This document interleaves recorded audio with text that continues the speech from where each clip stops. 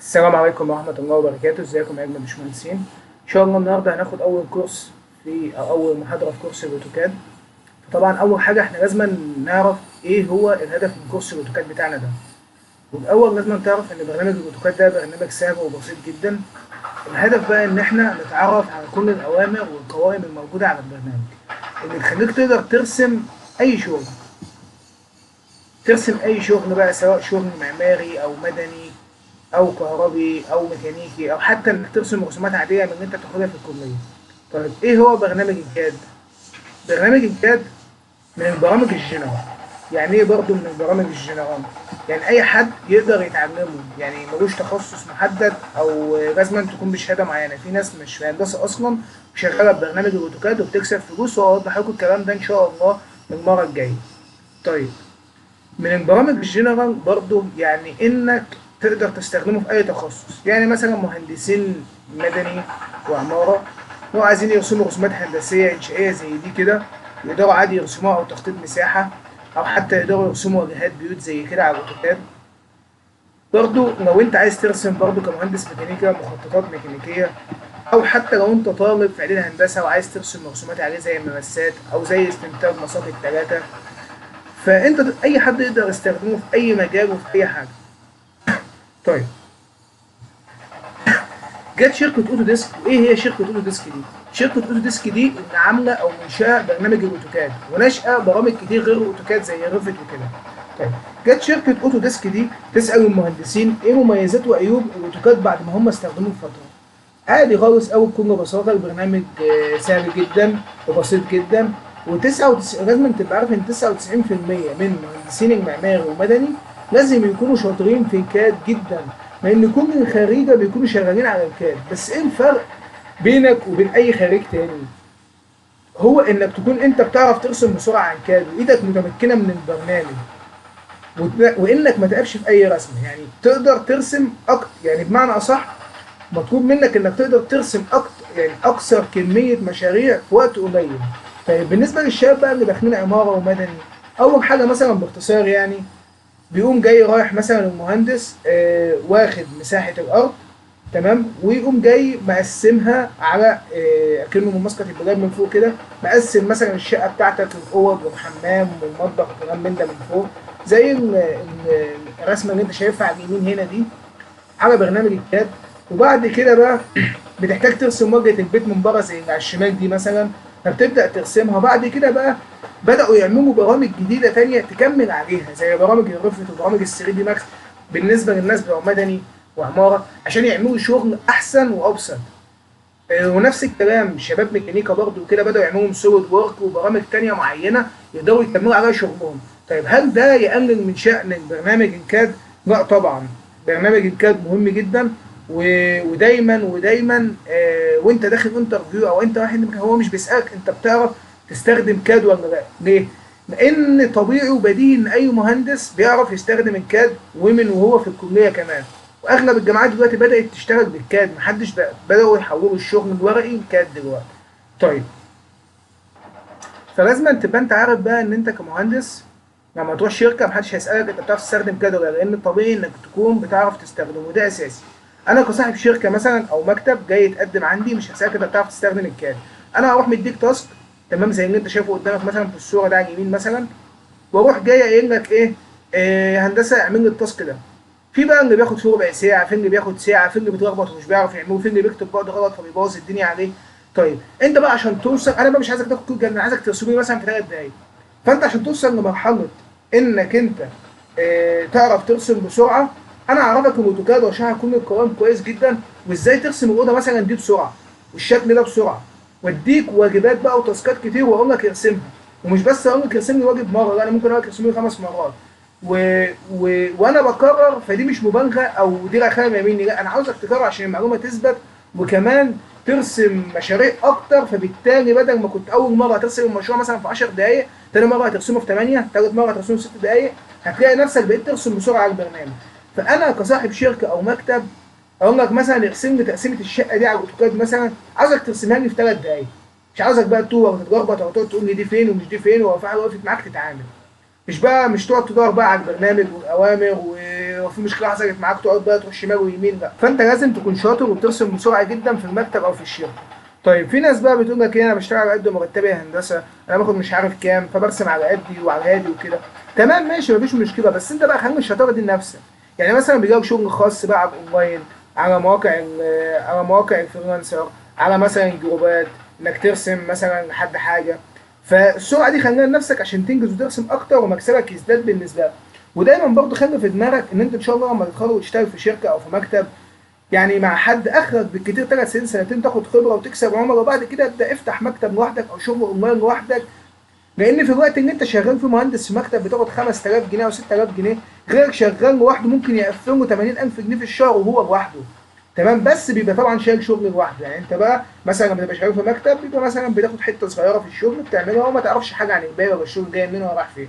لكن طبعا انت بتشتغل لوحدك بره بتخلص كل حاجه من اولها لاخرها لوحدك، وده بيزيدك خبره اكتر وعملاء اكتر وشغل ليك خاص اكتر ومكسب اكتر طبعا.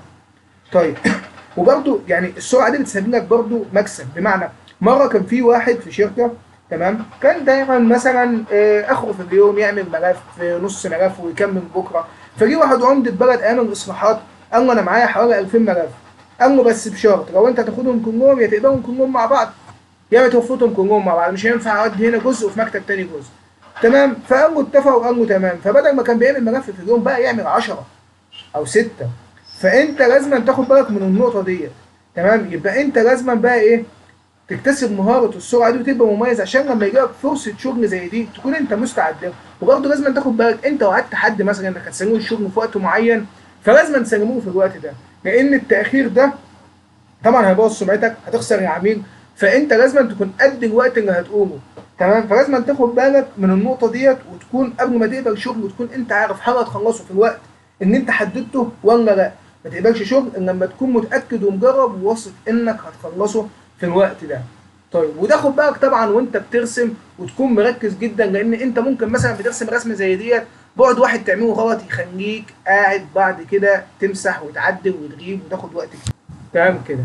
دلوقتي بقى هنبدا نشتغل على برنامج الاوتوكاد. طيب انا لما جيت علمتكم ازاي تحملوه بالبرنامج الجماعي قلت لكم حملوه اصدار 22. طب ايه الفرق بين 25 بين 22؟ فلازم نتكلم في النقطه دي برضه عشان تبقى انت فاهم انا امتى احمل 25 وامتى اشتغل ب 22 اللي هو انا اصلا شغال بيه. مثلا لو جينا شفنا من 2007 لحد 2009 كل سنه كان بينزل نفس البرنامج نفس الاوبشن نفس الامكانيات، ما كانش فيه حاجه جديده بتحصل. فاللي شغال ب 2007 زي 2009 ما كنتش محتاج مثلا ان انا احمل 2009. نفس الكلام لما نزل بقى ايه 2010 جه اوبشنات جديده بقى واوامر جديده وشغل جديد وامكانيات اعلى للبرنامج، فانا اضطريت ان انا احمل مثلا 2010. عندك من 2010 2011 2022 لحد 2013 نفس كل حاجه، فمش محتاج ان انت تحمل 2013. بعد كده جه نزل 2014 احسن ونزل فيه تحديثات جامده خلاص، فبدا الناس كلها تتنقل على 2014. فانت بقى الفكره مش اي اصدار جديد ينزل فاروح محمله، لا، ما هو حاولت احمل 25 ولقيت ايه على الجهاز بتاعي مش شغال ولاقي مثلا في مشاكل او الفيروات بتاعته بتضرب وهو نفس 2022. فانا لا اشتغل ب 22 عادي خالص لان انا شايفه جهازي كويس فيه. وجيت بصيت على 23 لقيته نفس كل حاجه خلاص مش محتاج ان انا 23. جيت بصيت على 24 نفس القصه خلاص مش محتاج ان انا احمله. جيت ابص على 25 لقيته زيه زي 2022. اني يخليني احمل 25 واتقل على الجهاز بتاعي. كل برضه ما الجهاز يكون اصدار اقل يكون اسرع على الجهاز بتاعك وجهازك يكون متقبله. تمام، فدي نقطه انت لازم تبقى واخد بالك منها. طيب خلاص احنا كده حملنا البرنامج. انت عندك البرنامج بعد ما بتسطبه بتلاقيه ظاهر عندك على الشاشه زي ما انت شايف كده، او بتلاقيه لو انت مش ظاهر عندك على الشاشه تقدر تجيبه منين؟ ثواني نطلع بس من دي.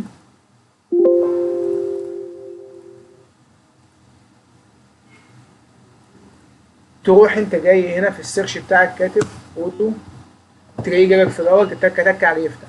او لو هو مش موجود على الشاشه وجي عندك هنا تقدر تطلعه عادي برضه تحت في الديسك بار عادي خالص، تتك هنا فينزل تحت عندك. انا كنت اصلا مطلعه تاكد عليه تك فهيفتح عادي برنامج الاوتوكاد. لحظات بس هيفتح اهو. طيب اول ما بتفتح بتلاقي البرنامج زي ما انت شايفه في وشك كده. ايه هو اللي في وشك ده؟ زي ما انت واخد بالك هتلاقي ان انت عندك دي كانت اخر فايلات انا فاتحها. يعني اخر فايل انا كنت فاتحه كان شغل عميل محمد ايه الساعه يوم 28 تقريبا اللي هو امبارح الساعه كذا. ده مشروع كنت فاتحه قبله، ده مشروع كنت فاتحه قبله، ده مطبخ شقتي كنت فاتحه قبله، مطبخ شقتي برضه كنت فاتحه قبله، وجه مسجد مشروع واحد كنت فاتحه قبله، وهكذا. فدي الفايلات ان انت كنت فاتحها قبل كده على برنامج الكاد. فانا مثلا اصغرها كده بحيث ان انا اقدر اشوف الفايلات بتاعتي بطريقه ابسط واجمل. طب انا مثلا لو انا عايز مثلا نفس الاسامي وعايز اشوف الشكل بتاعه، فتقدر عادي تخليه تكبر شويه بحيث انت تقدر تشوف المشروع من جوه شكله عامل ازاي لو الاسامي كلها واحده مثلا. طيب دي كانت اول حاجه. ايه بقى هو اوبن وايه نيو؟ انا هنا لو عايز افتح فايل جديد فبتك هنا على الكلمه دي فبيبدا يفتح لي لوحه اوتوكاد جديده ابدا ارسم عليها. تمام. لكن انا لو انا عندي فايل قديم كنت شغال عليه وعايز افتحه تاني بكل بساطه بتك اوبن. تمام. واروح اجيب الفايل اللي انا عايز اشتغل عليه اللي هو انا اصلا كنت شغال عليه. ده الكلام ده لو انا فاتحه من زمان وهو مش ظاهر عندي هنا، يعني مش ظاهر عندي هنا، فانا عايز اروح اجيب الفايل معين واشتغل عليه. طيب كده احنا قدرنا نفهم بالنسبه لايه اوبن وايه الفايلات القديمه اللي هنا دي. عايز افتح لوحه جديده بقى ابدا ارسم على البرنامج. فعادي هتتك هنا على الكلمه دي تكه واحده هيفتح لك لوحه جديده هنا. دي لوحه جديده اكنك بقى خد لوحه بيضاء ابدا ارسم بقى. تمام. طيب انا بقى لو فاهم في مكان تاني غير التكه هنا ممكن تتك على الزائد دي مثلا، لو يكون الواحده دي مش موجوده اهيت عادي ستارت زي ما انا اتك على الزائد فهيفتح لك واحده جديده. يبقى دي تاني طريقه افتح بيها واحده جديده. طب في ثلاث طريق في هيتك على علامه الاوتوكاد اللي فوق دي. هتبدا هنا برضه هتلاقيه مظهر لك هنا الفايلات القديمه اللي انت كنت فاتحها بالترتيب. تمام. وبالتالي جاب لك كلمه نيو ان انا افتح فايل جديد. تمام. او افتح مكان جديد. هو بيقول لك هفتحها لك على الكاد جاهز اهوت. هتتك اوكي او اوبن هيقوم جاي فاتح لك لوحه جديده. يبقى كده في ثلاث طرق اقدر افتح بيهم لوحه. طيب في بقى حاجه هنا مثلا انا جاي اتك على شغل عميل محمد مثلا. جيت اتك على دلوقتي وجايب لي علامه اكس ومش عايز يفتح. ده معناه ايه؟ ده معناه ان انا كنت حاطط الفايل في مكان وجيت غيرت مكان. يعني مثلا العميل محمد ده هو راح فين؟ هو دلوقتي انا حاطه على سيكشن 2. هو اصلا ما كانش على سيكشن 2، هو كان في مكان تاني وانا نقلت على سيكشن 2. فهو بيقول لك الفايل ده اتغير مكانه مش هيفتح. روح هاتهولي بقى. يعني التك اوبن بقى هو فتحك مكان الاوبن فانت تروح تجيب له الفايل بقى عادي. طيب تعال نجرب واحد تاني. لو جيت مثلا فتحت المشروع الاول ده فتح على طول ليه؟ لان انا ما غيرتوش من مكان. هو من ساعه ما انا عملته على سطح المكتب اهو ما غيرتوش من مكان. هو اتفضل على سطح المكتب ففتح على طول تلقائي. تمام. انا بس بحاول اوضح الحاجات دي عشان ما تفضلش لما تشوف حاجه زي كده تتعامل عادي خالص. طيب فتحت لوحه جديده. طبعا انت عندك لسه في حاجات تانية بقى زي السيف والسيف از والامبورتر والاكسبورت. الحاجات دي كلنا نبدا نعرفها واحده. بس اول حاجه خلينا برضه نعرف السيف والسيف از والفرق ما بينهم وازاي نقدر نعملهم باختصار لان ده اساس شغلنا. ولكن احنا هنعمل شغل دلوقتي وعايزين نحافظ على الشغل لما نخرج فلازم دي اول حاجه نبدا بيها. انا دلوقتي بوريكم مثلا رسمت مثلا شكل كده مثلا. رحت جاي مثلا رايح راسم ايه مربع كده مثلا. وانا خلاص عايز مثلا قمت جاي مثلا راسم مربع تاني منه كده مثلا. بطلع مربع تاني منه هنا كده. وعايز خلاص احتفظ بالشكل ده واقفل احفظ زي ما انا واقف لحد دلوقتي واقفل البرنامج وبعد كده ارجع افتح تاني اكمل. فهتروح جاي متكه سيف. كلمه سيف دي كلمه سيف ديت خلاص انا بسيف بقى. انا بعد ما فتحت اللوحه ورسمت المربعات عايز اسيف بقى اللوحه بتاعتي دي بره على الشاشه مثلا ديسكتوب. والله مثلا لوحه واحد. فانا كده سيفت اللوحه بتاعتي واحد بره على الشاشه. كده خلاص انت عندك اللوحه بتاعتك اهيت مرسوم فيها مربعين. لو واخد بالك لو اتكيت عليها يفتح لك المربعين مباشر. طيب انا جيت دلوقتي خرجت من البرنامج. انا كده كده عملت لها سيف. فلما اخرج من البرنامج هتخرج عادي خالص ولا اكن اي حاجه. تيجي تفتح تبدا تفتح بقى انت مسيف في اخر حاجه انت عملتها. طيب جيت مثلا كملت عملت مثلا حاجه زياده كمان. رحت جاي عامل دايره مثلا هنا كده وعامل مش عارف ايه هنا كده وعايز بقى اسيف لحد هنا. تمام. بس هكمل لسه. انا عايز اسيف عشان لو البرنامج فصل او كهرباء قطعت يبقى انا لحد ما انا واقف افتح اللوحه تتن زي ما هي كده دلوقتي. عايز وانا شغال دلوقتي بعد ما رسمت الدايره عايز لو خرجت من البرنامج تفضل الدايره زي ما هي ودي تبقى اخر حاجه في اللوحه بتاعتي. تعمل ايه؟ كنترول اس. انا عايز اسيف اللوحه على هذا الوضع. تيجي تزود حاجه كمان اهي مثلا هزود دي.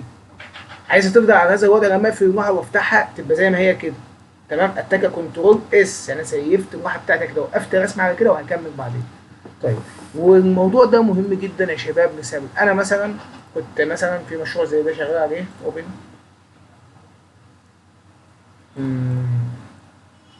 شغل عامل محمد. كنت زي ما انت شايف هنا انا عامل في لوحه واحده اكتر من 10 مشاريع. رقم مثلا كنت عامل اول مشروع عندي مثلا اهوت عماره، تمام، راسمها بلان من فوق وراسم واجهات، واجهه من قدام واجهه من الجنب. نفس الكلام مثلا المشروع التاني في نفس البيت برضه، الواجهه والواجهه والبيت من فوق. فجيت في يوم انا جيت بالليل كده مع نفسي كده، فبص لقيت نفسي، لقيت ده اللي حصل.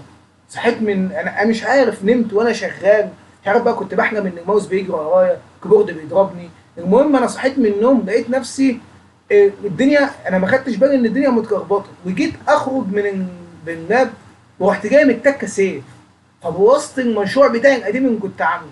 فلازم انا اخد بالي من الحته دي لما يجي لي المسج ده افكر انا دلوقتي صحيت من النوم، هل انا عملت حاجه في البرنامج؟ لا ما عملتش، فليه اروح اتك ياس؟ يعني ليه اروح اتك ياس؟ لما اتك نوم انا كده ما عملتش حاجه. فانت لما تلاقي نفسك ما عملتش حاجه اتك نوم وتاخد بالك وتسيف المشروع. وافضل كل ما اشتغل شويه على المشروع اروح جاي مسيف وعامل فايل نسخ في حته ثانيه ومكمل على الفايل بتاعي اللي معايا، بحيث ان لو لا قدر الله فاهم حصل في حاجه ضرب حصل مشكله ابقى انا في السليم، اللي معايا ده معايا وصلت لمستوى كويس في الشغل ولسه حافظ على عيني بجد زي ستبن كده. طيب كان دي نقطة، فأنا كده عرفت ازاي اتعامل. طبعا احنا مش عايزين نبوظ المشروع بتاعنا، مش عايزين الشكل اللي قدامك ده، عايزين نريح كل حاجة زي ما كانت. فبرضه احنا في حاجة برضه عايز أعرفك قبل ما نبدأ نبدأ في الشرح. هو أنت اتكيت كنترول زد يفضل يرجع يرجع يرجع يرجع لحد الوضع اللي كان عليه الأساسي. كل متأكد كنترول وزد يرجع لك خطوة. طيب أنا عملت أي حاجة ومش عايز أسيف إن أنا عملته، عادي أخرج خالص من المشروع بتاعك أهوت واتك هو عشان أنا ما عملتش شغل في المشروع بتاعي. وطبعا اكس من هنا عشان يبقى خارج بس من المشروع ده. لكن انا لسه في الدروين واحد، اللوحه الجديده اللي انا فاتحها دي كنا عاملين على المثال بتاع السيف، فبرضه اكس عشان احنا عايزين اللوحه بتاعتنا النظيفه الجديده. طيب انا ببدا افتح البرنامج عادي، بلاقي الواجهه زي ما هي قدامك كده. احنا مش هنسيب حاجه قدامك الا اما تعرفها، تمام. عندك اول حاجه شويه قوائم، قائمه درو، قائمه موديفاي، قائمه تانتا، قائمه اللاير رابعه، قائمه بلوك، قائمه البروبرتس، الجروب، وهكذا، واليونتس، وهكذا. كل القوائم دي فيها حاجات مهمه احنا هنعرفها، مش هنسيب حاجه الا اما نكون عارفين نستخدمها وايه استخداماتها وازاي نستخدمها بسرعه. اهم قوائم في دولت هي قائمه درو وقائمه موديفاي، دول اهم قائمتين يخلوني اقدر اعمل اي حاجه. قائمه درو دي قائمه ادوات الرسم بتاعتك، دي اللي بترسم بيها. قائمه موديفاي قائمه التعديل على الرسم. فهنبدا ناخد مثلا وليكن مثلا عندك حاجه هنا زي لاين مثلا موجود في قائمه درو. وظيفه اللاين ده ان هو بيعمل ايه مثلا؟ يعني لسه هنبدا ناخدهم امر دلوقتي. ان انا اقدر اعمل بيه خط، ارسم بيه خط عادي كده بكل بساطه. نبدا بقى نفهم كل حاجه دلوقتي، تمام. طيب كنترول زد عشان ارجع كل اللي انا عملته ده انضف لوحدي تاني. يبقى احنا خلاص عرفنا درو موديفاي دول اهم قائمتين هنبدا بيه. بس برضه حتى وانا بشرح معاك مش همسك مثلا قائمه درو خلاص، لا احنا ناخد مثلا من قائمه درو امرين، قائمه موديفاي امرين مثلا، عشان نعمل مشروع النهارده بحيث نيجي بكره ناخد منهم امرين امرين امرين من حته ثانيه نقدر نعمل مشروع اكبر، فعشان نقدر نشتغل. فما تقلقش، يعني انت لو لقيت مثلا شرحت معاك حاجه امر واحد من قائمه هيجي عارف ان حصه او اتنين هنرجع لها تاني وناخد الباقي. طيب يبقى انا اول حاجه عرفت ان انا عندي قوائم فوق اهمهم قائمه درو وموديفاي. بعد كده عندك هنا في شريط، هنا الشريط ده بتلاقي فيه اللوح بتاعتك اللي انت بتستخدمها. انت مثلا بتخش السكشن بيبقى معاك كذا لوحه، فانت هنا بيقول لك دي لوحه جوه بتاعت سكشن واحد، دي لوحه اثنين، دي لوحه ثلاثه، عايز سواء كانت فاضيه مليانه فيها شغل. فهنا انت تقدر تفرش اللوحه بتاعتك، تمام.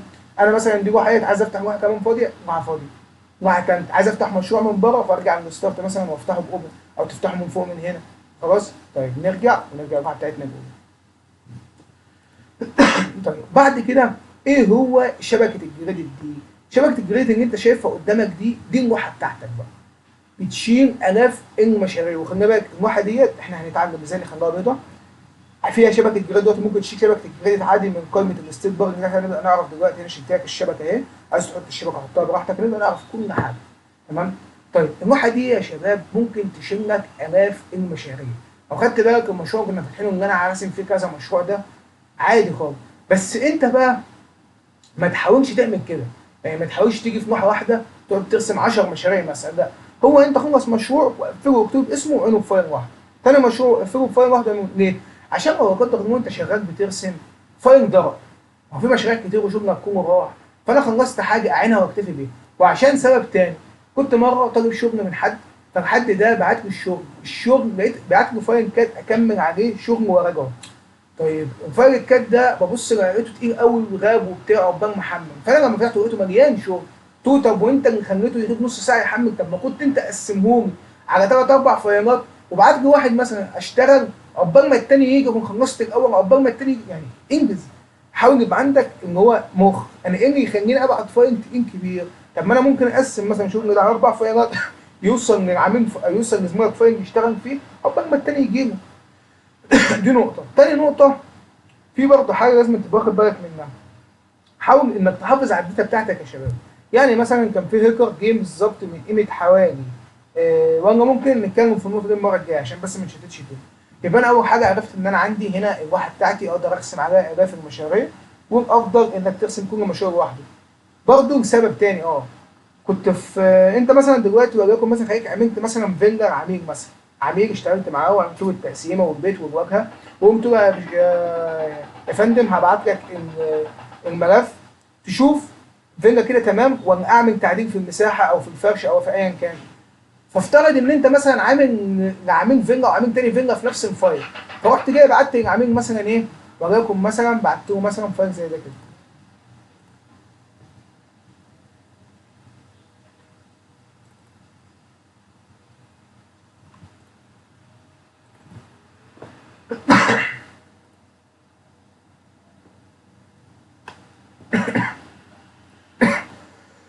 وليكن ده بيت وده بيت. جيت قلت للعميل انا ده بيتك اختار ايه رايك فيه؟ قام جاي بص على البيت اللي تحت قال ده الله، ده انا عاجبني البيت اللي تحت خالص، ده انا عاجبني التقسيمه اللي تحت، ده انا عاجبني الواجهه اللي تحت، انا هختار البيت اللي تحت. يا عم ده مش بتاعك، ده بتاع حد تاني وشافه اصلا وعاجبه، لا انا عايز اللي تحت. طب يا عم انت انا بعت لك اللي فوق، فانت تخلي كل واحد ليه شغله خاص وتبعته بيه، زائد ان انت كمان هنا بتحافظ على شغلك. بمعنى ممكن العميل ده ياخد الرسمه الثانيه دي ويبعتها المكتب يستشيروا فيها، فالمكتب يسرق الرسمه دي ويشتغلها. فالعميل اللي انت بتعمله في فيلا وصارف ومكلف عليها وانت واخد منه 200,000 عشان تعمله في فيلا دي، يتفاجئ ان يلاقي في فيلا ثانيه اتعملت نفس فيلته. طب فتبدا بقى تدخل نفسك في موضوع سرقه وضرايب وحقوق بقى ملكيه وتحاسب المكتب ويبدا يخش ما بينكم حوارات ومشاكل. فانت بغنى عن الكلام ده، فانت تحافظ على شغلك، تحافظ على الداتا بتاعتك، تحافظ على كل حاجه، تبسط على نفسك الدنيا، تحافظ على شغلك. طيب نرجع للقائمه بتاعتنا تاني. قوم كده خلاص دي الشاشه بتاعتك اللي بترسم عليها وتقدر تخفي الشبكه دي من هنا. اهم حاجه بقى هنتكلم فيها دلوقتي شريط اسمه الكوماندا لاين. الكوماندا لاين ده اهم شريط اللي هو تحت ده، ده اسمه الشات بينك وبين البرنامج. انت بتتكلم بين البرنامج بتاعك. بمعنى انت لما كنت عايز مثلا امر اللاين اللي فوق ده كنت بتروح تتك عليه تك عشان ترسم كده، صح؟ طيب انا مش عايز اروح اتك تك هنا، او انا مش عارف مكان الامر، فروح جاي كاتب له هنا ايه؟ لاين بالانجليزي كده، لاين. يقوم جاي جايب لك كل الاوامر اللي ورا حرف اصلا اللام، بس انت كتبت له لاين فجاب لك اللاين اول حاجه. عارف انت اصلا مجرد بس ما تكتب له ال كده هتلاقيه جايب لك كل الاوامر اللي ورا حرف اللام، وانا عايز امر لاين فاتك عليه وابدا ارسم. وده حاجه جميله جدا. يعني مثلا وليكن مثلا انت تاخد مثلا عندي الشركه اختبرك وجيت قلت لك ايه، انا عايزك مثلا تجيب لي مساحه مثلا وليكن الدايره دي، تمام؟ ومش عايزك تجيبها لي بمقاسات، انا عايزك ما تجيبليش مثلا بمقاسات وكده بحيث بره، انا عايزك تجيبها لي بامر اسمه اريا موجود على البرنامج. فعادي خالص انا مثلا مش عارف امر الاريا ده فين ومش عارف اجيبه ونسيته او تايه ومش هتقوم جاي راح كاتب في البحث قلنا البرنامج انا عايز اريا، فيجيب لك امر اريا فوق. فعن طريق الامر اقدر احسب بقى ايه الدايره بتاعتك بقى، تقدر بقى تحسبها له بقى خلاص. خلاص فهي دي النقطه. فانا ان انا اقدر عن طريق الشات ده اجيب اي حاجه من على البرنامج حتى لو انا مش عارفها. خلاص يا شباب. طيب دي كانت حاجه. يبقى الشريط ده شريط عباره عن محادثه بيني وبين البرنامج. تمام. في اوبشن كده بقى محتاج ان انا اعرفه لك، مثلا وليكن انا جبت اللاين بتاعك اهو، تمام، وشغال كده. بس ثواني يا شباب،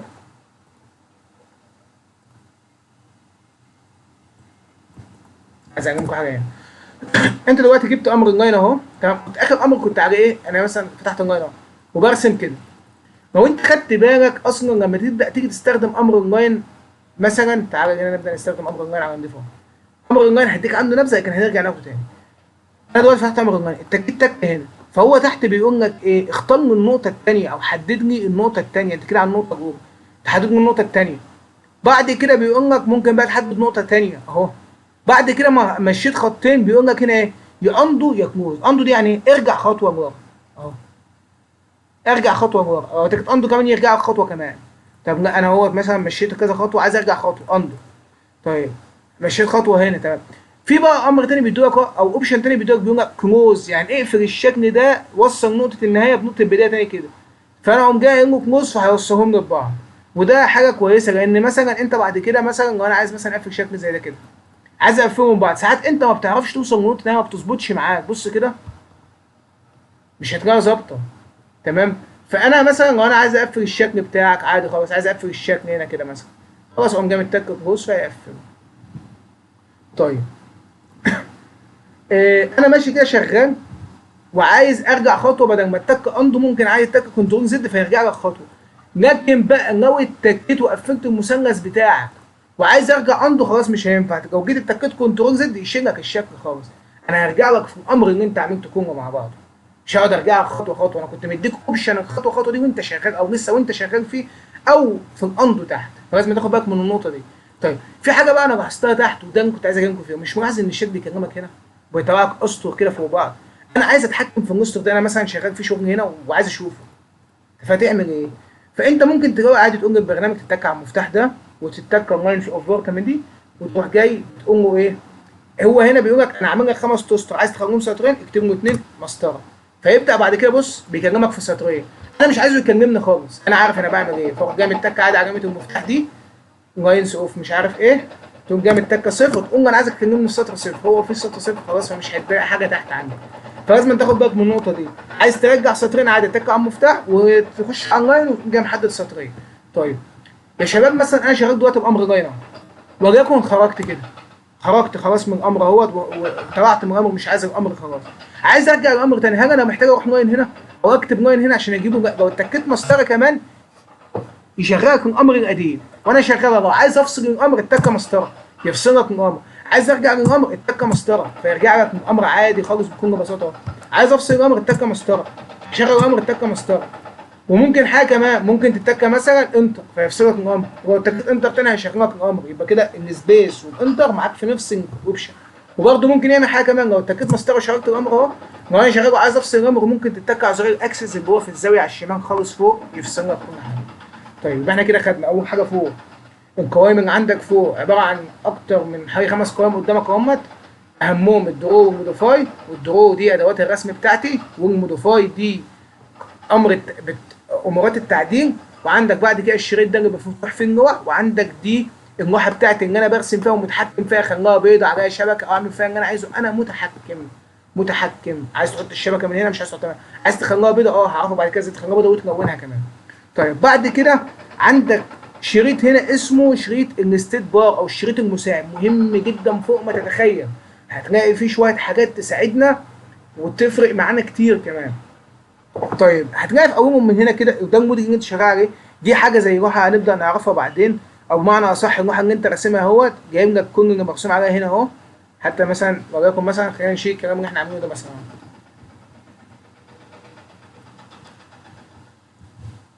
حددته كده كده مثلا اهو، واتكت جيت مثلا جيت هنا رسمت دايره كده، مسطره تاني مسطره تاني، وانا شغال مثلا هنا كده فتحت اللوحه بتاعتك الثانيه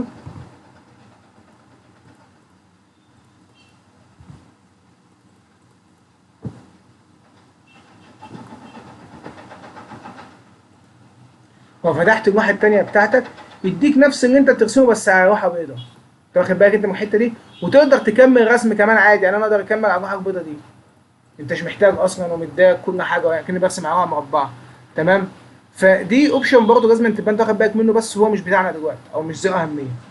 اللي ذو اهميه بقى ان شويه الاوامر او شويه الحاجات اللي في ستيت برضه دلوقتي هيفرقوا معاك جامد. اول حاجه عندك هنا طبعا انا خلاص هختار المودنج ده، بعد كده اول حاجه هنا عندك ده اللي بحدد منه الشبكه بتاعتك تبقى موجوده او لا تمام. طيب وليكن مثلا انا دلوقتي برسم خط اهو، خلينا نبدا نستخدم امر لاين نفهمه الاول وبعد كده نبدا بامر لاين نبدا نشوف شويه الاوامر اللي هي في السيت بار اللي تحت ده. عندك امر لاين وظيفته ان هو يعمل خط، سواء بقى خط افقي كده او خط رأس كده، او خط مايل، او ايا كان. وزي ما قلت لك تقدر ترجع بأمر خطوه، او تقدر تعمل كروس تقفل الشكل بتاعك. طب انا خلصت وعايز ارجع لامر لاين تاني، مسطره ترجع لامر لاين تاني. خلصت وعايز مش عايز اكمل بقى، مسطره تقفل الامر، او انتر تشغل الامر تاني، او انتر تفصل الامر تاني.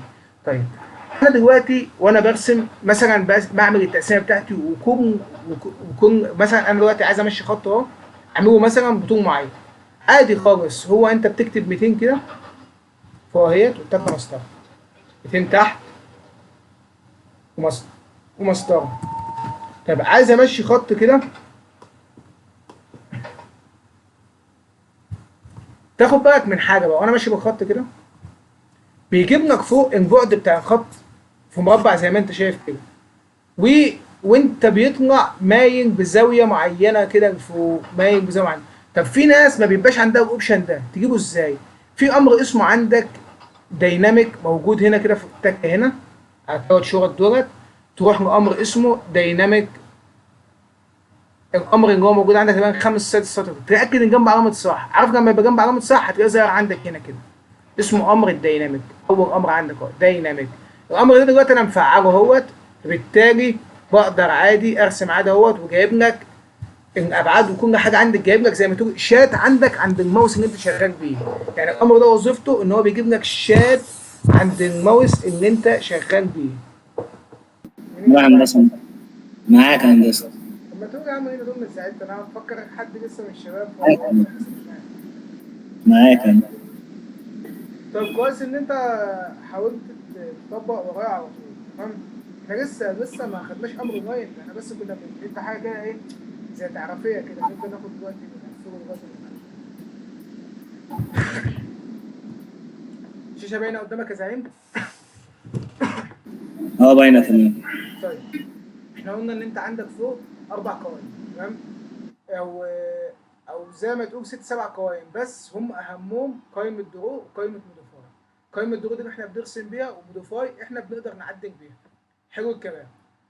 عندك لو خدت بالك ساعات بتلاقي القائمه دي اختفت كده، يعني مثلا زي الشكل اللي انت شايفه قدامك كده، القائمه مش موجوده بالشكل ده. اللي هو احط الماوس يعني شكل البرنامج اتغير، احط الماوس والاقي الشغل بتاعي حصل قدامي كده. ترجع الشكل ده من نفس السهم برضه، تكه تكه كده. قصدي ممكن تختفي كده، انت ممكن تغير كل مره لحد ما تفضل تتكه لحد ما تلاقي الشكل يناسب ليك او لشغلك. يعني انت تقدر تخفيها وتشتغل بالمناطق اللي هنا دي. طيب قلت لك ان امر الدرو بيكون فيها حاجات زي اللاين والسيركل والبول لاين والارك، لحد ما هناخدها واحده واحده. بعد كده جيت قلت لك المنطقه اللي هنا دي بتبدا تحط فيها اللوح بتاعتك اللي انت عايز تشتغل، ممكن تشتغل على لوحتين او ثلاثه في نفس الوقت. وقلت لك ان اللي قدامك دي الشاشه بتاعتك، تمام، ان انت بترسم عليها. والشاشه ديت قلت لك تقدر تشيل اي كميه من الرسومات اللي انت عايزها، يعني ممكن ترسم عليها مليون مشروع هنا. بعد كده جيت قلت لك دي الشاشه بتاعتك، تمام. قلت لك تقدر انك انت تخليها، تقدر انك تخليها زي ما هي، يعني شفافه كده، يعني ما فيهاش اي حاجه، وتقدر تحط عليها شبكه الجريدت من هنا كده. فلازم تاخد بالك من الحته دي برضه لو انت عايز شبكه الجريدت او تحطها. بعد كده جيت قلت لك ان انت عندك هنا تحت لو خدت بالك هنا عندك شريط اسمه الكوماند لاين. الكوماند لاين ده لازمته ايه؟ ده الشاتنج بينك وبين البرنامج، ودي اهم حاجه. الشاتنج بينك وبين البرنامج، ان انا لو عايز البرنامج يعمل لي اي حاجه اقدر اكلمه اكتب له في الشات ده. تاخد بالك ان انا ممكن ساعات من الناس ما بتلاقيش الشريط ده قدامك، فعشان تظهره بتعمل ايه؟ بتتكه كنترول بتسعه. اتك انا دلوقتي كنترول تسعه، اللي هيحصل ثواني. انا دلوقتي على البرنامج اتكيت كنترول وتسعه. لما اتكيت كنترول تسعه جاب لي رساله، دي معناها بيقول لك انا هشيل لك الشريط. في ناس بتلاقي الشريط مش ظاهر، طب انا عايز اظهر الشريط كنترول تسعه، ظهر الشريط قدامك تحت. برضه تاني بخفي الشريط بكنترول تسعه، اظهر الشريط اللي انا بتكلم بيه الشات بكنترول تسعه برضه. يعني كنترول تسعه بتظهر وبتخفي. طيب لو انت خدت بالك على اليمين فوق هنا كده، مثلا لما انا جيت قلت لك لو انا جيت عملت امر لاين هنا، مثلا امر لاين مثلا كتبت هنا قلت الشريط، ثواني كده هتم لحظه. الو، ازيك يا هندسه؟ بقول لك ايه، اديني ساعه كده وهرن عليك عشان انا معايا حصه دلوقتي والله، عشان اصلا كنت عايزك مهم. طب نص ساعه كده ان شاء الله اكون خلصت الاسئله على السريع. ماشي يا أستاذ. هاتوا. معاك هندسة. طيب معلش، أيوة. انا دلوقتي بكلمه وجيت قلت له انا عايز ارسم امر ايه، عايز لاين مثلا. فطبعا انا زي ما قلت لك هتحط الان، هيجيب لك الاوامر ان هي كلها حرف اولها حرف الان. فاروح جاي ايه فاتح اللاين بتاعك اهوت. انا برسم اللاين كده. لو لاحظت الشات، مش الشات بيتكلم تحت هنا. طب انا في واحد برسم شغل كتير وعايز الشات بتاعي ما يديني مثلا سطرين كفايه، ما يطلعش عن سطرين او ما يكتبش حاجه خالص. انا عارف مش محتاج ان هو يكلمني يقعد يقول لي اعمل ايه وخلي ايه وكده. طيب سهل، تروح انت جاي راح متك على علامه المفتاح ده ايه، وتتك تختار لاينز اوف برومتر ديت، تقوم جاي متك عليها. هنا لو انت لاحظت بص كده جنب الماوس كده بيقول لك ايه 5. ده معناه ان انت بتقوم كلمني في 5 سطور. طب انا عايزه يكلمني في سطرين، تكتب 2 وتتك انتر.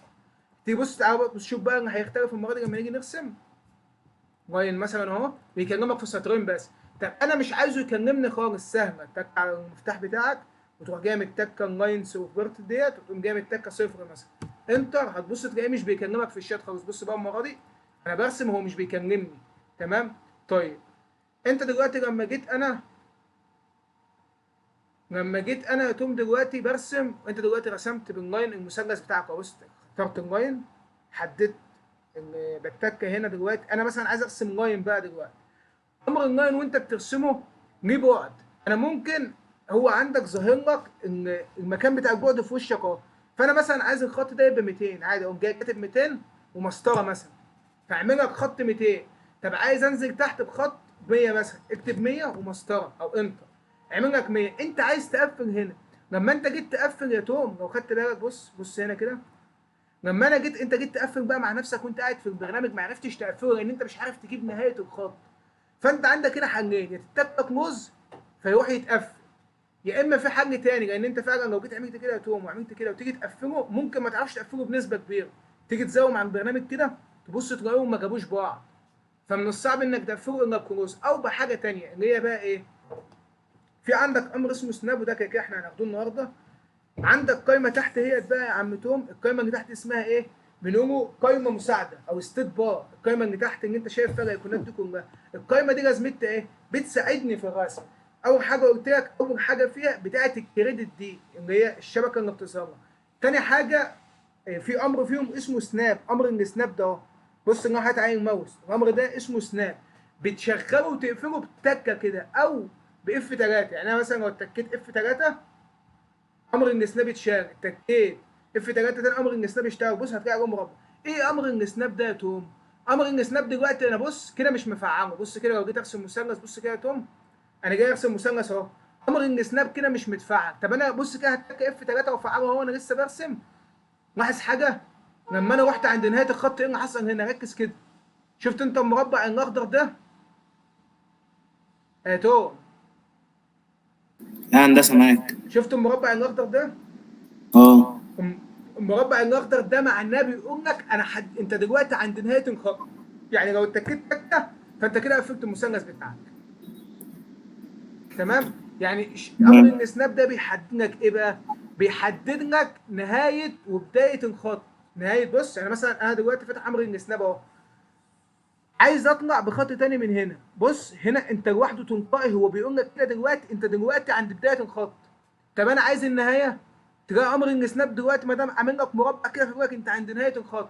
طب انا عايز اعرف انا في نص الخط ولا قد ايه، برضه امر ان سناب بيقدر يعرفك. انا مثلا عايز اروح بخط اهو، امر ان سناب هنا محدد لك البدايه والنهايه. ثواني كده اما نفتح.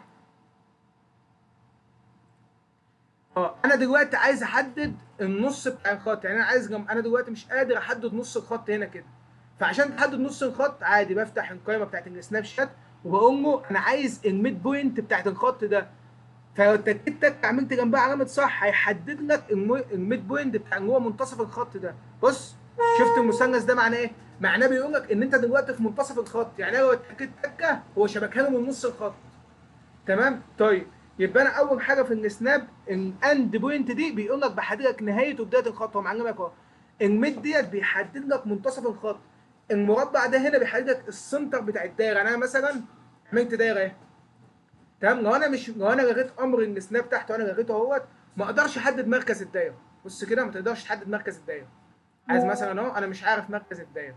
طيب انا دلوقتي عايز مركز الدايره عادي، اقوم جاي مفعل امر السناب بكل بساطه اهوت، وهو كان حدد السنتر، وبالتالي لما رحت عند الدايره بتاعتك فهو هيحدد السنتر لوحده. بص كده لما رحت عند الدايره حدد لي سنتر الدايره، فطلعت من سنتر الدايره بخط. خلاص. نفس الكلام برضو في حاجات كتير قوي برضو، كلام سنتر المربع، سنتر النود، السناتر بتاع الدوائر، كل حاجه يقدر يحددها، حتى التنشن المماس اهو. بص كده تنجن اهو، تنجن تتك عليها بيقول لك انا بفتح المماس، اللي هو بمعنى ايه؟ فاكر لما احنا كنا مثلا عايزين نعمل مماس مع الدايره ديت يا تقوم، مش كنت انت بتقعد تعمل خطوات عمل؟ هو انا دلوقتي شوف هو محدد لك المماس اهو. ايه؟ كنت بنصف واوصل ونصف وحاجات كده. ما هنا بقى بص كده، هو هنا ده مش مماس الخط، بص المماس شوف على المواقف فين هنا اهو. هنا بيقول لك انت على المماس بالظبط. يعني مثلا عايز اعمل مماس خط هنا كده يلمس دي، فقوم جاي وانا رايح كده هو بيقول لك المماس اهو، المماس اهو. انت فاهمني؟ فهو لوحده تلقائي جابني المماس، مجرد بس ما انا فعلت امر السناب ورحت قلت له انا عايزك تفعل له امر التنجن، تحدد لي المماس فين بالظبط، فين النقطه وانا رايح بالخط. يعني انا بالخط اهو رايح من الدايره، هوبا جابني المماس، انا عرفت كده النقطه دي نقطه المماس بالظبط مع الخط. تمام. وبرده نفس الكلام بتلاقي حاجات تانية كتير، زي مثلا ان البروبنديتنر العمودي. يعني انا مثلا لو عامل خط كده، تمام، وعايز احدد عايز اعمل خط عمودي، انا مفعلها او مفعلتها اهو، عايز اطلع خط عمودي بالظبط على الدايره بتاعتك. بص بيقول لك يعني انت لو عملته كده هيبقى مايل، عايز خط عمودي يطلع على الخط اللي انت عامله فوق الجديد. يعني انا معايا خط قديم عايز اطلع على خط عمودي، فاجي احط كده يقول لك انت كده طالع بخط عمودي عليه بالظبط 90 درجه. دي بستفاد منها لو انا مثلا بعمل خط مايل زي كده يا تو، وعايز اطلع من هنا بخط عمودي عليه. ازاي بقى؟ حطيت النقطه فعلت الامر وانا رايح، بيقول لك انت لو هنا مش هيبقى عمودي، هنا مش هيبقى عمودي، هنا لو رحت عند العلامه دي، فين العلامه دي كده انت عمودي عليه. يعني انا عملت اي خط عمودي. فانت امر ان سناب شات، سناب ده بقى انت بقى بتفعل كل حاجه، بقى بتفعل كل حاجه، كل حاجه بتفعلها اهو اهو اهو. ممكن لو اتكيت هنا هو يفتح لك المنطقه اللي هي الاوبجكت سناب ديت، تفعل كل حاجه اهو. اختار، او عايز تفعل حاجه معينه تقدر تفعل حاجه معينه. طيب دي بامر ان سناب ده وظيفته ايه؟ وظيفته كتير قوي بقى. اول حاجه بيحدد لك بدايه ونهايه اي خط بكل سهوله عشان اقدر اقفل الشكل بتاعي. خلاص. وزي ما قلت لك لو انت معاك شكل كده عايز اقفل، خلاص هو حدد لك ايه النهايه بتاعته. لو اتكيت تك هو حتى بص كاتبها لك هنا بيقول لك اند بوينت، يعني دي نهايه النقطه، نهايه النقطه بتاع الخط. بيحدد لك يخليك تقدر توصل باي نقطه معينه، بس ديت فيها الزاويه، هو كاتب لك الزاويه فوق اهو. تمام. بعد كده وانا ماشي ماشي ماشي ماشي بيقول لك ده جاب لك مثلث وكاتب لك ميد بوينت، بيقول لك انا في منتصف، في منتصف ايه الخط، انت في منتصف النقطتين اللي هم بدايه ونهايه الخط. هنا بيقول لك انت عند بدايه الخط او نهايه الخط من الجهه الثانيه. تمام. وكمان بستفاد منها بحاجه كمان، لو انا عايز اوصل خط كده، الخط هنا بيقول لك انت في ميل، انت في ميل، انت في ميل، هنا بيقول لك انت في منتصف الخط، هنا بيقول لك انت عمودي على الخط، بروبنديكولار على الخط. خلاص. تمام. وصلت يا وصلت باشا؟ تمام. فانا اقدر تمام. اقفل. فده امر احنا، ده امر او اول امر معانا يعتبر احنا خدناه في قائمه الستيت بار. قائمه الستيت بار دي مهمه جدا، مهمه بطريقه انت ما تتخيلهاش، ان شاء الله هنتعمق فيها جامد. خلاص. يبقى انا اول حاجه فهمتها امر السناب ان هو انا بشغله باف 3، وحتى انت لو مش عارف بتشغله باف كام بتقدر بكل بساطه تحط الماوس عليها يقول لك مكتوب هنا جنبها اف ايه 3. يعني لو انت كتبت اف 3 الامر شغال، اف 3 الامر مطفي. طب لو هي عندي اي قائمه من دي لو مخفيه بتجيبها منين؟ بتجيبها من الشريط ده، بتجيبها من الشريط ده. بص كده الشريط ده تقدر تخفي وتظهر اي قائمه. بص كده شفت ال 2 دي اوبجكت سناب انا حاطط عليها مش الماوس باينة. دلوقتي؟ اه شايف. تمام. اتكيت عليها تكه، بص على امر السناب اللي تحت كده راح فين؟ اختفى. اتكيت عليها تكه ظاهره. يعني اي حاجه احنا هنشتغل عليها مش موجوده هنا بتظهرها منين؟ من القائمه دي. ما هو مش كل حاجه هحطها لك في القائمه تحت، انا ما بشتغلش بكل حاجه، انا بشتغل باوبشنات معينه كده. تمام. تمام. طيب يبقى احنا اول حاجه خدناها امر السناب. تمام. تاني امر عندك اسمه امر الديناميك. فين امر الديناميك ده؟ اهو اسمه الديناميك يو سي اس. تك عليه. امر الديناميك اللي هو فين؟ ثواني، اللي هو ده كده، كان الامر اللي انا عايزه امر داينامكس. لا مش ده اللي انا عايزه، الغي ده. امر الداينامكس اللي فوق ده، شفت امر الداينامكس اللي فوق ده، الدايناميك اللي فوق ده، بص كده، معاك اهو. امر الدايناميك اتك عليه تك هيظهر عندك تحت. ايه امر الدايناميك ده؟ امر جامد، امر جامد. انا خلي بالك خدت كورس الاوتوكاد ده مع ناس كتير قوي، ما لقيتش الا واحد فيهم بس هو اللي قال لي عن امر الدايناميك. بص كده جنب الماوس، لاحظ حاجه كده جنب الماوس، في شات جديد اتفتح بين، يعني في قائمه بتكتب فيها اللي انت عايزه جنب الماوس اهي، واخد بالك منها؟ اه. القائمه دي ما كانتش موجوده قبل ما افعل الامر ده. شفت امر الديناميك اللي تحت كده خفيه، خفيته اهو، اقفله مثلا اهو. انا دلوقتي قفلت الامر، هل الشريط ده موجود دلوقتي؟ لا. لما تشغل امر الداينامكس بيكون بقى الدايناميك بيكون موجود الشريط ده اهو.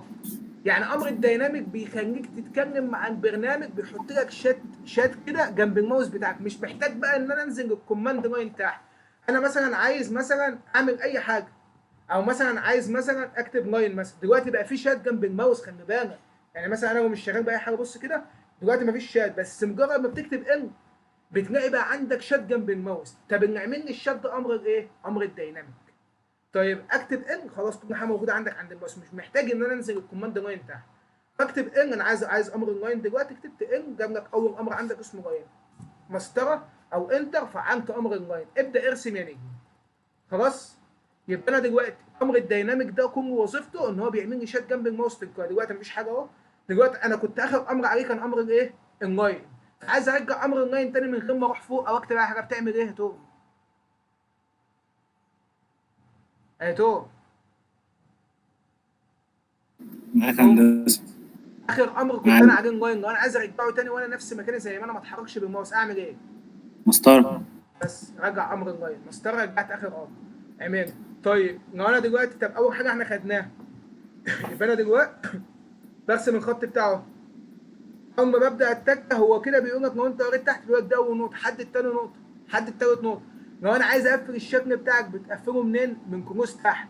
طيب لو انا دلوقتي رسمت نفس الشكل بس عايز اقفله ومش عايز اقفله من غير امر كلوز، لو انا دلوقتي اتكت اف 3 انا كده مش مفعل امر السناب. طب انا دلوقتي عشان اقفله بنسبه كبيره هتبقى صعبه، ممكن ينجش معايا ما يجيش عليها بالظبط. تمام، بص كده ممكن ما يجيش عليا. طب انا بقى لو عايز اقفله بقى ويجي عليها بالظبط من غير امر كلوز، سهل، بروح جاي عامل المثلث وانا شغال، امر السناب مش متفعل عشان ما حددليش اي حاجه خط، فاروح جاي متك اف 3، خلاص جاب لي نهايه الخط. خلاص يا توم. تمام. طيب امر السناب وظيفته ايه؟ برضه تاني وظيفته مش بس ان انا احدد بدايه ونهايه الخط، بيحدد لي بدايه ونهايه الخط، وبيحدد لي الميد بوينت في النص، وبيحدد لك لو انا عايز اطلع خط قائم يقدر يقول لك انت هنا خط قائم او لا ده خط قائم هنا مميل، ويعني هنا خط قائم بالشكل ده كده، وممكن خط مميل عادي بيحدد كمان ان ده مميل مش قائم. تمام، برضه بيحدد لك المنتصف بتاع الخط بتاعك، المنتصف اهي جابك مثلث. وبرضه لو انا عندي دايره يقدر يحدد لي الايه؟ السنتر بتاعها، عن طريق ان انا مفعول دلوقتي فهو محدد لك السنتر تلقائي. وبرضه ممكن يحدد لي اي مماس على اي دايره، هنا ده مش مماس، هنا مش مماس، هنا بص هنا خط قائم على الدايره، مش اي دايره في الدنيا لها محور، مش اي دايره يبقى لها محور، صح؟ اه. فهو انت عندك المحور، لو جيت عملت محور كده،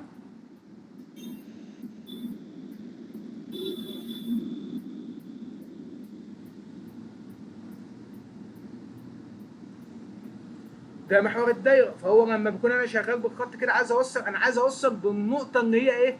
ان هي طالعه من السنتر، هو بيحدك على مربع اهو، بيحدك على مثلا اي شكل زي اللي هو مربع نايم ده. عايز اعمل مماس مع الدايره دي، هو هنا بيقول لك المماس في المنطقه دي. تمام، يعني هو بنفسه انا طالع من هنا عايز اعمل مماس هنا، وهو بيقول لك المماس فين، المماس فين، المماس هنا. يعني هو بيحدك الممسات تلقائي، كل ده يلجا لامر السناب. يعني امر السناب ده جميل جدا. بعد كده جيت قلت لك على امر الديناميك. امر الديناميك ده اهو لقيته مش موجود عندك في البار او الستيت بار اللي هو تحت ده، فقوم جاي راح جايبه من الثلاث شرط اللي هنا ومفعله، اللي هو امر الديناميك ده. تمام، امر الديناميك ده وظيفته ايه؟ بيفتح لك شات جنب الماوس. يعني انا دلوقتي الماوس بتاعي اهوت جنبه شات، اكتب ان فيجيب لك امر الماوس، تقوم جاي عامل خط. وفي ميزه كمان، انا دلوقتي انا عايز اعمل خط، تمام، مثلا بمسافه 200، كتبت 200، كتبت مسطره، تمام، او ممكن بكل بساطه مثلا انا عايز اعمل مثلا في حاجه عندك، ثواني كده اما اشوفك البتاع دي فين. انا دلوقتي عايز اعمل خط مثلا بطول معين وبزاويه معينه كده، فمثلا هكتب انا عايز الخط اللي انا هعمله ده توم هعمله 100 100 مثلا اهو تمام.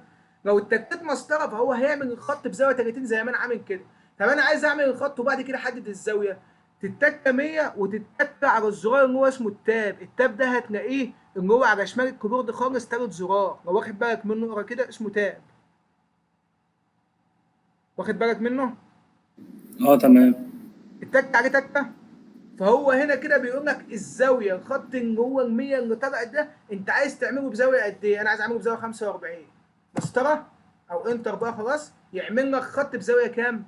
45. تاني الحته دي، انا دلوقتي بعمل خط اهو، الخط ده انا عايزه 250. لو انت اتكيت مسطره هيعمل الخط 250 بالزاويه الصفر. طب انا عايز احدد الخط وبعد كده احدد الزاويه، اقوم جاي رايح قايل له تاب تاب، وقام جاي هو بص نزل لك تحت اهوت، هو خلاص قفل لك ان الخط ده طوله بالقفل اهوت 250 مش هيتغير.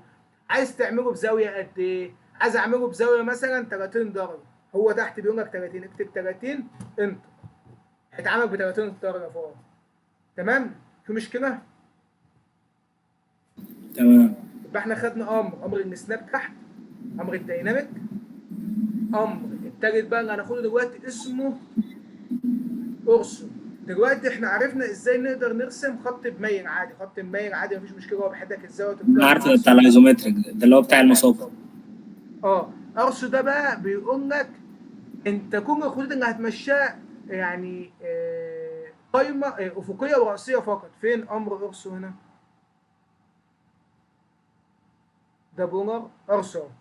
ارسو يا باشا بتشغله باف 8 لما حطيت عليه الماوس، لما حطيت الماوس عليه جاب لك اف 9 اف 8. انا ممكن اشغل قرص باف 8 واقفله باف 8.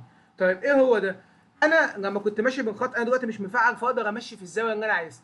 اول ما تفعل امر قرصه يجبرك انك تتحرك افقي وراسي فقط. فعلت اهو واتكيت مسطره، اجي امشي ولا راضي يعمل لي خط يمين ولا باي زاويه انا عايزها. لازما يبقى ايه؟ الشكل ده كده، الشكل ده كده. لازما يبقى قائم في قائم في قائم، ما ينفعش يبقى مايل الا لو هقفل الشكل بتاعك في الاخر. خلاص؟ تمام. يبقى انا دلوقتي ارسو بيخليني ان انا اشتغل قائم، ودي حاجه كويسه، دي بتريحني وانا برسم المساقط والرسم اللي هو الايه السهل ده. تمام. يبقى انا اقدر افعل ايه امر ارسو ويبقى عباره كل خطوطه تبقى عباره عن قائمه. يبقى امر ارسو ده وظيفته ايه؟ او ارسو وظيفته ان هو بيخليني اتحرك افقي وراسي فقط لا غير، واشغله افعله واشغله باف 8. تمام. يبقى انا دلوقتي عرفت ان امر ارسو بيخليني اشتغل خطوط افقيه وراسيه فقط لا غير. يبقى احنا خدنا ثلاثه: سناب، ارسو، ارسو، دايناميك. وخدنا ازاي نقدر نخفي ونظهر الشبكه بتاعتك. في حاجه انت لازم تبقى عارفها كمان، وهو امر البومه اللي هو ده. لو انت خدت بالك امر البومه وامر الارسو الاثنين ما بيتحدوش مع بعض، الاثنين بيفرقوا بعض. بمعنى انا دلوقتي فعلت امر انبورو القرص اف، فعلت القرص انبورو اف. البورو ده وظيفته ايه؟ انا دلوقتي برسم خط كده انا دلوقتي هرسم خط زيرو لقيته عامل لك خط النهارده. طب بطلع لقيته مش عامل لي خط اخضر. بطلع لحد قد ايه؟ لحد زاويه كام؟ لحد زاويه كام؟ لحد زاويه 90 لقيته عامل لي خط اخضر. طب مش معنى خط الاخضر ده هل هو معايا او هو فعال؟ ده هو بيقول لك انت دلوقتي عند زاويه 90، ودلوقتي ما انا بعمل ده الخط الاخضر ده لو اتكيت الخط بتاعك هيعمل بزاويه 90. طب انا عايزه يحدد لي الخط الاخضر ده بشتغل بزاويه 45 وعايزه يحدده عند زاويه 45 هنا. تروح لامر بونر وتقول له مش عايزك تفعله لي كل 90 درجه، انا عايزك تحط لي الخط الاخضر او الطريق بتاعي اللي همشي عليه كل 45 درجه عادي. قوم جاي مفعل 45 درجه وماشي. بص هنا فعلات عند الصفر، وانت ماشي فعلات عند كام؟ 45 درجه. بيحدد لك مسار تمشي عليه عند كل كام درجه انت تحددها. يبقى امر البومر بيحدد لك مسارات تمشي عليها كل كام درجه انت تحددها. طيب انا مش عايز 45 درجه، لا انا عايز وليكن كل 30 درجه او كل 23 درجه، كل 18، كل 15 درجه. تقول له 15 درجه فيحدد لك نمبر كل قد ايه؟ كل 15 درجه. ماشي. هنا بص، هنا كل صفر تمشي 15 درجه حددوها، 15 درجه حددوها، 15 درجه حددوها، وهكذا. خلاص يا تمام. باشا. فتيجي تفعل امر القرص يقول لك لا، لان كده كده القرص بيقول لك قوائم، فانا مش محتاج احدد حاجه، هو اجباري قرص وبيجبرك تتحرك كل قد ايه. خلاص. تمام. هو البولر ده اللي هو كان ممكن ارسم بيه الدوائر الصغيره اللي هي كانت بتبقى على نفس القطر، اللي هي كانت كل 45 وكل 30 في العمليات الهندسيه دي. اللي هو ايه؟ مش كان في ساعات بتبقى دوائر صغيره في اي رسمه كده، واللي هي بتبقى الدوائر الصغيره اللي تلاقيها ببعد دي بين كل 45 زاويه. اه لما مثلا كان بيبقى عندك ايه، مثلا عايز تحدد تعمل سنتر لاين مثلا من السنتر كل 45 درجه، فعلا يا باشا. اه. فل عليك، بعملها بقوم جاي مثلا محدد 45 من السنتر كده، صح؟ انت كنت بتعمل كده؟ هي دي. ده سنتر كل 45، ده سنتر تاني اهو. انت قصدك على دي صح؟ اه. وتجيبهم كلهم سنتر لاين. فانا عايز احددها. الغي الدايره، مش عايز معانا في الحسبه.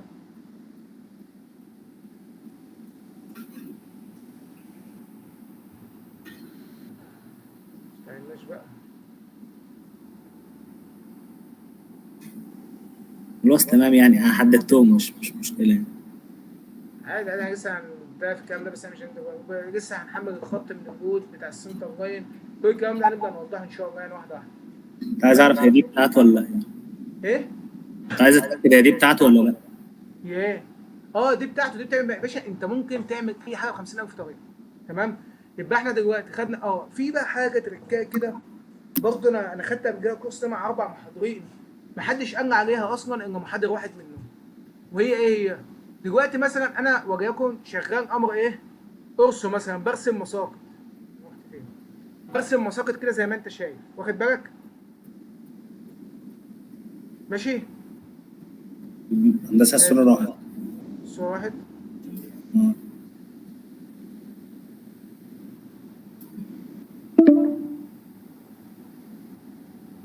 هو بيقول لي لا يمكن مشاهدة الشاشة بيه. عذرا لا يمكن أيضا المحاولة. ايوه يعني مشاهدة الشاشة اتنين يعني.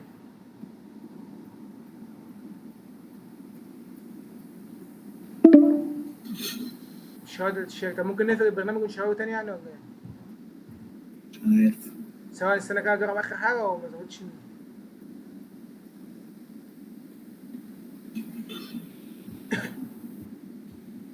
جت؟ اه بدات تظهر يعني. طيب. لو انا جيت اتوم فعلت امر اورسو وبرسم قائم كده مثلا، انا برسم مثلا ايزومتريك مثلا، او برسم مسقط كده مثلا، وطلعت من هنا وطلعت من هنا، وعايز ارسم يعني خط مميل كده، انت فاهمني يا توم؟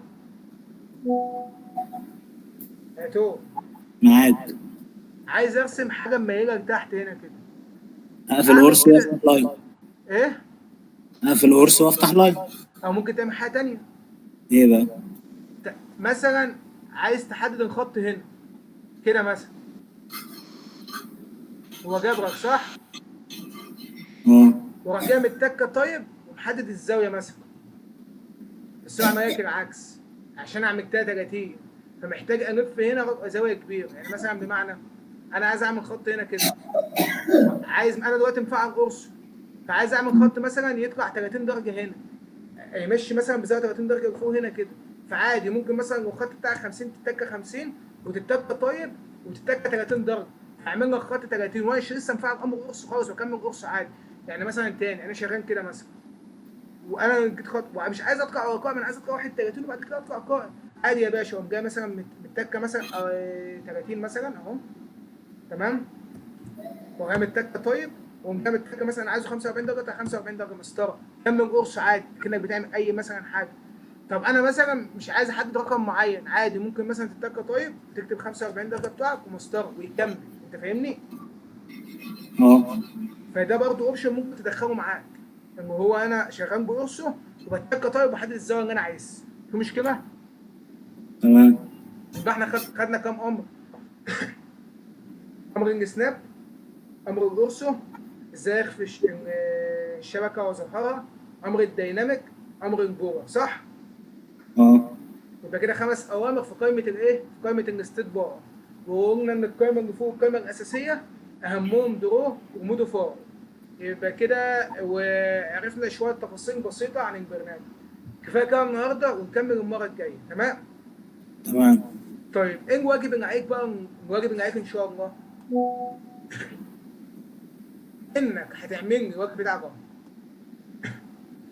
اول حاجه هتعمل له مثلث كده وتقفله لي كده. بعد كده تعمل له مثلث تاني مش متقفل. الحته دي ان احنا ربطنا بيها حته امر اللي هو السناب شات عشان انفعله فقدرت اقفل المثلث. واحد تاني جنبه يكون مش متقفل تقفيله كامله. فانا كده عرفت ان انت ايه جيت تعمل عشان انفعل الامر. جيت تعمل وما عرفتش تقفله فرحت جاي مقفله بالامر بتاع جوجل. يعني تعمل له مثلث كده. ولا فكك بلاش الحوار ده عشان ما تدخلش نفسك دوشه. عاوزك تعمل له مربع بابعاد معينه. يعني مثلا انا عملت مربع اهو. ماشي 100 في 100. طب انا ازاي عملت مربع 100 في 100 يا توم؟ في عندك هنا مربع جاهز اهو يا توم لو خدت بالك. جوه السكرولنج فوق ده 100 انا عايز اعمله 100 في 100. تعمله 100 في 100 ازاي؟ انا بقسم لوحدي بقسم على الاوتوكاد وعايز اعمل مربع 100 في 100. فتروح جاي كاتب 100 يا توم وكاتب طيب وتكتب ال 100 الثانيه فهو ينقلك على الجهد الثاني ومسطره. فانت عملت مربع كام يا توم؟ 100%. 100 في 100. وتقوم جاي قايس لي الدايمنشن بتاعه. فين الدايمنشن ده؟ لو خدت بالك في القائمه الثالثه مكتوب عندك دايمنشن. الدايمنشن دي تتك على الخط وتشد لفوق. تتك على الخط كده وتشدها لفوق. فهو كده يكتب لك الدايمنشن بتاعتك هنا 100. تمام؟ في مشكله؟ لا تمام. 100 جنبها دوت واصفار. الاصفار دي علامه ان هو انا العلامات اللي هي النسبه كام من 100. طب انا عايز اشيل النسبه دي عادي. الكلام ده المفروض نتكلم فيه المره الجايه بس سيبك منه دلوقتي. فعايزك تعمل له مربع زي ده وتحط لي ابعاد عليه 100 في 100. احط لي بعد من هنا 100 في 100 الشكل ده واخده البعد بره هنا كده. تمام؟ فانا عرفت ان هو 100 في 100. وخلي بالك انت لو عامل الانجل دي فهو لما تيجي تكتب الدايمنشن هو ايه؟ هيشد لك الانجل. هيبقى كل هدفه ان هو يعمل لك الانجل مش يديك البعد. فانا ابقى محدد ان هو اللينير الطول. يعني عايز البعد الطولي بتاعك. جاي متك على الخط كده ومحدد. خلاص يبقى انا الواجب بتاعي هعمل ايه؟ مربع جاهز بالشكل ده واعمله 100 في 100. 100 في 100 عن طريق ايه؟ زرار التايم. يعني انتم مربع واعمله 100 طيب 100. في طريقه ثانيه براحتك لو عايز تعملها تفعل امر اورسو وتروح جاي عامل له مربع 100 في 100 برضه. فعلت امر اورسو اهو وقوم جاي عامل 100 100 100 100. خلاص؟ تمام. وتروح جاي عامل له مربع داخلي جواه تاني 100 مثلا 50 في 50. تعمله ازاي بقى؟ تروح جاي يا عم توم طالع من هنا ماشي 50 كده. انا بعمل ايه؟ عملت 500. تروح جاي من الزاويه من هنا ماشي كده 50 فوق 50 كده عمودي. انا كان فعل امر اورسو واقوم جاي راح كده 50. خلاص يا عم توم؟ تمام. فده الواجب بتاعك. كل اللي انا عايزه في الواجب هتعمل مربع كبير 100 في 100 ومربع صغير جنبه 50 في 50. لحد دلوقتي في مشكله؟ لا تمام. تقوم جاي ده الواجب بتاعك بكل بسيطه مش عايز اي حاجه.